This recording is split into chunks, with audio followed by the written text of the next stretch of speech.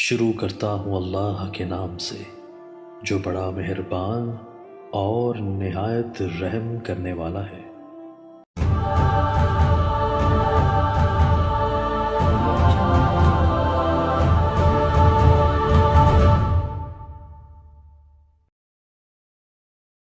ایک لڑکی ہے، وہ پاگل ہے، ماں باپ تو نہیں رکھتے، لیکن بہن اس کو اپنے پاس رکھے، بالکل رکھے، کیوں نہ؟ کیا ہو بیچاری کہاں جائے گی؟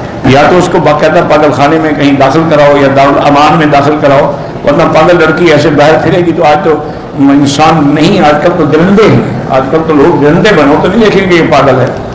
شوہر صرف جسمانی تعلق تو رکھتا ہے لیکن نان نفقہ خرچہ نہیں دیتا تو قیامت میں پکڑا جائے گا، اللہ تعالیٰ کی طرف سے سخت پکڑ۔ یہ کیا ہے کہ اس میں نان نفقہ بھی نہ دو، کیا کرے، کہاں سے کھائے؟ انا للہ و انا الیہ راجعون۔ کہتے ہیں کہ ہم فرانس میں کچھ دوست ہیں، وہ گھر لینا چاہتے ہیں سود پہ۔ میں تو بھائی اس بات کے قائل نہیں ہوں کہ سود پہ گھر لیا جائے۔ سود ہے، وہ فرانس میں ہو یا پاکستان میں، سود حرام ہے، اس سے بچنے کی کوشش ہے۔ میری قوت مردمی جو ہے بہت ختم ہے، تو کسی حکیم کے پاس یا ڈاکٹر کے پاس جا کے علاج کرائیں۔ آج کل تو بڑی دنیا ایڈوانس ہو گئی ہے، ترقی کر گئی ہے، بڑے بڑے علاج نکل گئے ہیں، تم بھی جا کے لے لو کسی سے، یا انشاءاللہ قوت ٹھیک ہو جائے گی، ورنہ انشاءاللہ فوت تو ہو جاؤ گے، کوئی فائدہ تو ہوگا نا، جان چھٹے گی نا۔ اللہ کے بندے ہر بات مجھ سے پوچھتے ہو، میں حکیم ہوں یا میں ڈاکٹر ہوں، کعبۃ اللہ سے مدینہ منورہ کیسے مسجد بھی ہو، تمہیں کیا تکلیف ہے؟ مزاج رحمت کی طرف ہے کی دعائیں ہمیں نہیں آتی، نیت کر کے کھڑے ہو گئے تب بھی ادا ہو جائے گا انشاءاللہ، لیکن جو دعا آتی ہے وہ تو کرتے رہو نا۔ بدن ایک آدمی فوت ہو گیا، اس کا فرزند کہتا ہے کہ میری بہنوں نے مجھے والد صاحب کا حصہ معاف کر دیا۔ بالکل غلط کہتا ہے، بہنوں کو انتقال کر دو، پھر انہوں نے معاف کیا تو میں واپس کر دیں گے۔ ان کو پتا ہے کہ ظالم لوگ ہیں، دیں گے تو نہیں، لڑائی لڑنے کا کیا فائدہ، یہ عادی ہیں بہنوں کے حق کھانے کے۔ 4 رکعت نماز فرض کی قضا بھی ویسے ہوگی جیسے ادا پڑھتے ہو۔ میں مکے سے مدینہ ان کے ساتھ گیا، واپسی میں نے احرام نہیں باندھا۔ اگر آپ کی نیت احرام کی نہیں تھی، صرف رشتہ داروں کو پہنچانا تھا، تو پھر دم نہیں ہے۔ کہتے ہیں کہ آپ کہتے ہیں کہ نبی ہر جگہ موجود نہیں ہوتے، پھر معراج والی رات حضرت موسیٰ کیسے پہنچ گئے؟ ان کو تو اللہ نے بلایا تھا، معراج اللہ نے کرایا تھا۔ تم جو بلاتے ہو، تمہیں کس نے حکم دیا ہے؟ اللہ کا حکم ہے یا موسیٰ علیہ السلام نے کہا ہے؟ وہ تو اللہ کا حکم تھا، اسریٰ بعبدہ لیلا من المسجد الحرام الى المسجد الاقصی۔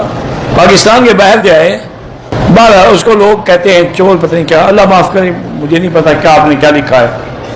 حضرت علی کا چہرہ دیکھنا یا ذکر کرنا، حضرت علی حضور کے داماد ہیں، صحابہ کا ذکر کرنے سے ثواب ہوتا۔ عمرہ زندہ مردہ سب کے لیے کر سکتے ہیں۔ بال کٹوانے سے پہلے اس نے اپنے اوپر والی چادر اتار دی، کچھ نہیں ہوتا بھائی، چادر اتار دی کیا ہو گیا؟ اگر چادر اتارے گا تو بال کٹوائے گا نا۔ عمرہ کرنا ہو تو اس کی نیت کر لیں، ایک کے لیے ایک سے زیادہ لوگوں کے لیے نہیں۔ میرے 5 بیٹے ہیں، التجا ہے کہ بیٹی اللہ عطا کرے، اللہ سے دعا مانگتے رہے، اللہ دیں گے۔ والدہ فوت ہو گئی، ان کے لیے عمرہ کر سکتے ہیں۔ ایک عورت نے طائف سے نیت کی عمرے کی، مکے میں پہنچی تو حیض آ گیا، اب بیٹھی رہے، جب پاک ہو عمرہ کرے، آفاقی ہو یا مقامی ہو۔ جب مدینے سے مکہ آئے گا تو عمرہ ضروری ہے، کیونکہ مدینہ پاک میقات ہے۔ پہلے عمرے میں ہم نے قصر کیا تھا، اب اس طرح پھروا دو۔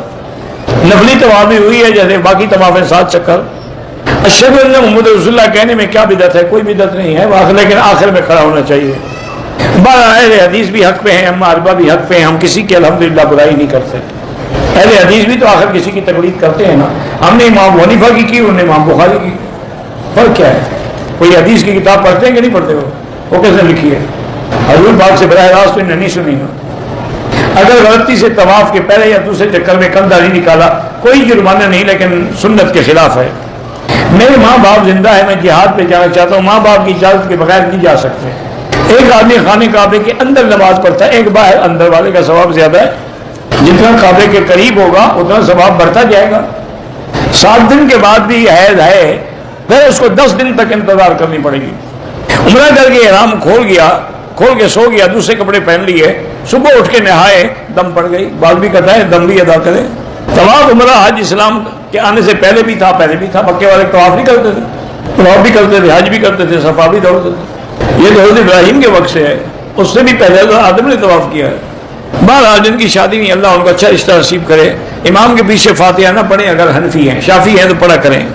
اگر کمرے میں آ کے سو لیا جائے، نہا کر عمرہ کر کے آ سکتے ہیں، کر سکتے ہیں۔ کون سا زیتون کا تیل پینے والا لے لیں بس۔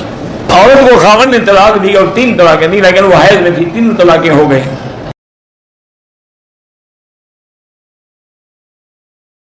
کہتے ہیں کہ بلیاں جو ہیں ان کی خرید و فروخت جائز ہے، جب کتوں کی جائز ہے تو بلیوں کی کیوں؟ بھائی جب کتا شکاری اور پے کے لیے رکھنا جائز ہے، یا مجرموں کو پکڑنے کے لیے خصوصی کتے ہوتے ہیں ان کا خریدنا ان کی قیمت جو ہے 50-50 لاکھ ہوتی ہے، وہ جائز ہے، تو بلی بیچاری کر کے قصور ہے، اس کا بھی جائز ہے۔ اگر دلہن جو ہے وہ ناپاک ہے تو ولیمے سے دلہن کی پاکی ناپاکی کا اعتراض لو، روٹی تو ہاتھ سے کھائے گی، کیا مسئلے پوچھتے ہو؟ دماغ خراب ہو گیا تمہارا۔ بھائی 3 دن کے بعد ولیمہ خاوند نے کرنا، لوگوں کو کھانا کھلانا، دلہن بھی کھا لے گی، ہاتھوں سے کھائے گی، ناپاک ہے تو ہوتی رہے۔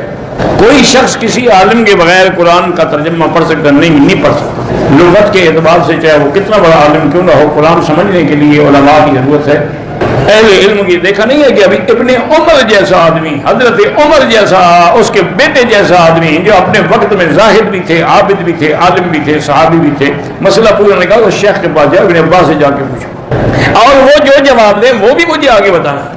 جب انہوں نے آگے بتایا، اچھا آج مجھے پتہ لگا کہ واقعی ابن عباس کو اللہ نے قرآن کا علم دیا۔ تو صحابہ مسئلہ نہیں سمجھ سکتے تھے، تم سمجھ لو گے خود پڑھ کے، یہ خود پڑھ کے تو لوگ گمراہ ہوئے ہیں۔ کہتے ہیں کہ طواف اور صفا میں ماں یا بیوی ساتھ میرے پیچھے رہیں گے یا سامنے، جہاں وہ راضی ہوں ہم رکھ لو گے۔ کیا ہے یار، طواف میں کبھی کوئی آگے ہو جاتا ہے کہ پیچھے جاتے، ایک مسئلہ ہے کہ میں آپ کو بتاؤں، اصولی بات یہی ہے کہ تم ان کو پکڑ کے رکھو اور عورتوں کو مرد کے پیچھے ہونا چاہیے۔ ہمارے انڈیا میں کچھ لوگ جو ہیں قریب پتہ نہیں گیند والی لوئی پہنتے ہیں، مجھے کیا پتا وہ کون ہے کون نہیں ہے، جب وہ سلام نہیں کرتے تم بھی دفعہ کرو، اس کا مطلب ہے وہ کسی اور مذہب پہ ہے۔ ایک آدمی ہے نماز پڑھتا ہے سب کچھ کرتا ہے لیکن جھوٹ بولتا ہے، اللہ اس کو ہدایت دے، اس کو سمجھاؤ کہ جھوٹ اتنا بڑا گناہ ہے کہ زانی پہ لعنت نہیں آئی لیکن جھوٹے پہ اللہ نے قرآن میں لعنت بھیجی ہے کہ لعنت اللہ علی الکاذبین، جھوٹ بولنے والوں پر اللہ کی لعنت۔ کیوں جھوٹ بولتے ہو جو نماز پڑھتے ہو؟ کچھ لوگ کہتے ہیں کہ ہفتے والے دن مچھلی کھانا حرام ہے۔ آپ دیکھو یہ کوئی نیا مسئلہ ہے کہ ہفتے کے دن مچھلی کھانا حرام ہے، کیوں؟ ہفتے والے دن مجھے پکا کے بھیج دیا کرو، تم نہ کھایا کرو نا، تمہارے لیے نعوذ باللہ حرام ہو گئی۔ یہ کیا جہل والی باتیں، وہ حرام ہے وہ حلال ہے، حلال حرام اللہ کرتا ہے تم کرتے ہو۔ وہ تو ہفتے والے دن یہودیوں پہ یہ سختی آئی تھی کہ تم شکار نہ کرو، یہ تھوڑا کہ مچھلی حرام ہو گئی۔